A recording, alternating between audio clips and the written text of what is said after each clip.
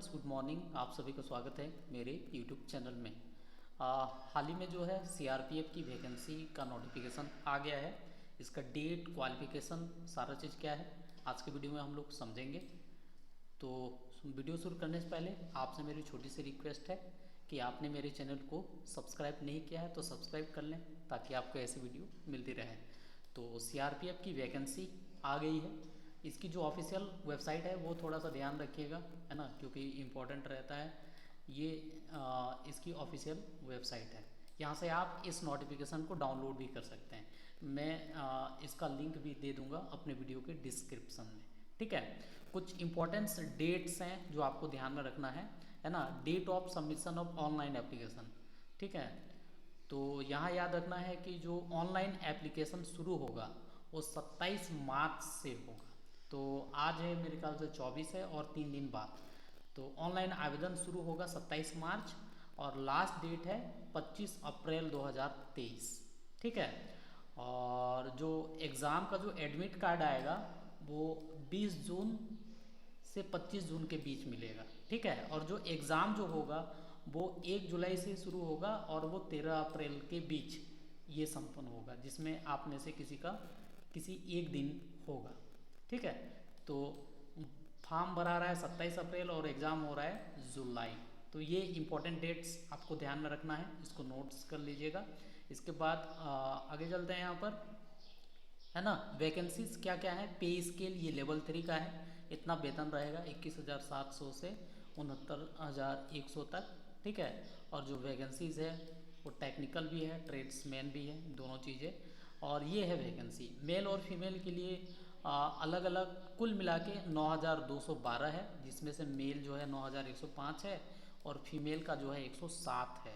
तो यदि हम छत्तीसगढ़ की बात करें तो ये मेल वाला की यदि हम बात करें, यहाँ पर देखिए छत्तीसगढ़ की यदि हम बात करें तो टोटल जो है वो कितना है 204 है, ठीक है। छत्तीसगढ़ का कितना है 204 है। और फीमेल की यदि हम बात करें छत्तीसगढ़ में, है ना, फीमेल की यदि हम बात करें तो छत्तीसगढ़ में मात्र जो है फीमेल पोस्ट जो है टोटल जो है 2 है ना। फीमेल पोस्ट की बात करें तो 2 है। अब आगे चलते हैं, है ना। इसमें एक तो ये जो पहला वाला जो पोस्ट है ये जो है स्टेट लेवल के हिसाब से होगा, स्टेट लेवल के हिसाब से सिलेक्शन होगा। लेकिन जो ये वाला पोस्ट है वैकेंसीज फॉर पायनियर विंग, ये जो पोस्ट है वो ऑल इंडिया बेसिस पे होगा, है ना। तो ये कुछ पोस्ट है ना। अब आगे चलते हैं कि एज लिमिट क्या है इसका, है ना, आयु सीमा क्या है। तो जो कांस्टेबल ड्राइवर है उसके लिए 21 से 27 के बीच होना चाहिए, है ना। 1/8/2023 की स्थिति में तो ये देख लीजिएगा 21 न्यूनतम, अधिकतम 27, 1/8/2023 की स्थिति में, मतलब 2/8/1996 से पहले का नहीं होना चाहिए और 1/8/2002 के बाद का नहीं होना चाहिए। उसी तरह कांस्टेबल की यदि हम बात करें, है ना, जिसमें अलग अलग ये है, तो इसके लिए जो है एज लिमिट है 18 से 23। और जो रिलैक्सेशन है जैसा होता है ST SC के लिए 5 साल का छूट है, OBC के लिए 3 साल का छूट है, एक्स सर्विसमैन 3 साल, और बाकी जो भी चीज़ है यहाँ पर वो देख लीजिएगा। एज लिमिट समझ में आ गया। 21 से 27 कांस्टेबल ड्राइवर के लिए, 18 से 23 कांस्टेबल बाकी चीज़ के लिए, कारपेंटर, टेलर और इन सभी चीज़ के लिए। तो एज लिमिट क्लियर है। अब चलते हैं इसकी क्वालिफिकेशन देख लेते हैं। क्वालिफिकेशन की यदि हम बात करें तो ये है क्वालिफिकेशन, है ना। ड्राइवर, तो ड्राइवर के लिए मिनिमम जो है मैट्रिक 10वीं पास होना चाहिए और साथ ही साथ जो है हैवी ट्रांसपोर्ट का उसके पास लाइसेंस होना चाहिए, ठीक है। तो ये तो किसी भी ड्राइवर वाले के लिए ये होता है ना, कम से कम 10वीं पास हो। फिर मैकेनिक मोटर व्हीकल की यदि हम बात करें तो मिनिमम मैट्रिकुलेट और 10th क्लास 5 10+2 एग्जामिनेशन में, है ना, 10वीं पास हो और कम से कम 2 साल जो है ITI किया हुआ हो इसी मैकेनिक वाले में, है ना। मैकेनिक मोटर व्हीकल वाले में जो है क्या होना चाहिए, 2 साल का ITI हो। तो ITI 2 साल का ही रहता है।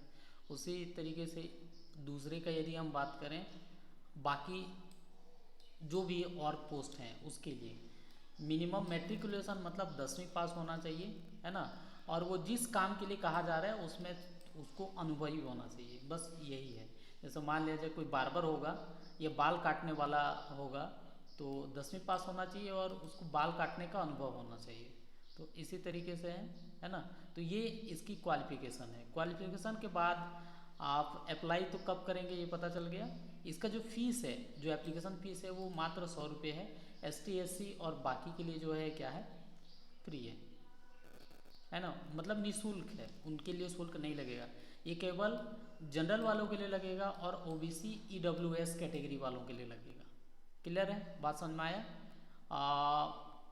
जो एग्ज़ाम होगा वो क्या होगा, कंप्यूटर बेस्ड। शुरू में कंप्यूटर बेस्ड टेस्ट होगा, कंप्यूटर में ही ऑनलाइन मतलब वहाँ पर टेस्ट होगा। और इसका जो सेंटर है छत्तीसगढ़ की पहले बात कर लेते हैं। छत्तीसगढ़ के होंगे आप लोग, तो छत्तीसगढ़ की यदि हम बात करें तो भिलाई में इसका सेंटर होगा, बिलासपुर में होगा, दुर्ग में होगा और फिर कहाँ होगा, रायपुर में होगा। ठीक है, तो ये इसका सेंटर है ना। क्या क्या पूछे जाएंगे इसमें कंप्यूटर बेस्ड टेस्ट में, तो ये 4 भाग में होगा। पहला तो जनरल इंटेलिजेंस रीजनिंग होगा 25 नंबर का, है ना। जनरल नॉलेज सामान्य ज्ञान और सामान्य जागरूकता 25 नंबर का होगा। गणित सामान्य 25 नंबर का होगा। हिंदी इंग्लिश हिंदी, या तो हिंदी होगा या इंग्लिश होगा, दोनों में से एक। तो ये कितने नंबर का होगा, 25 का। ठीक है, इस तरीके से ये 100 नंबर का होगा। कंप्यूटर बेस्ड जब आप पास कर लेंगे तो उसके बाद क्या होगा, आपका फिजिकल होगा, है ना। तो फिजिकल रिक्वायरमेंट क्या है ये भी देख लीजिएगा आप लोग, है ना। जैसे यहाँ पर है फिजिकल स्टैंडर्ड टेस्ट, इसके बाद शॉर्ट लिस्ट करने के बाद जो है फिजिकल होगा, जिसमें मेल का जो है 170 सेंटीमीटर होना चाहिए, फीमेल का 157 सेंटीमीटर होना चाहिए हाइट की यदि हम बात करें। तो इसमें छूट भी है, जितना बाकी लोगों को छूट मिलता है ना। जैसे यहाँ शेड्यूल ट्राइब वाले के लिए मेल के लिए 162 है, फीमेल के लिए 150 है। उसी तरह यहाँ पर भी ये सारा चीज़ देख लीजिएगा कितना छूट है फिजिकल टेस्ट। तो याद क्या रखना है ना, याद रखना है आपको कि इसका जो एप्लीकेशन शुरू होना है वो 27 अप्रैल से है। ठीक है, उम्मीद करता हूँ आपको वीडियो समझ में आया होगा। कुछ और समझ में नहीं आया होगा तो कमेंट करके बता देना, ताकि मैं आपको बता दूँ कि इसका और क्या चीज़ मैं बता सकता हूँ, या आपको जो भी समझ में ना आया होगा। तो वीडियो देखने के लिए धन्यवाद।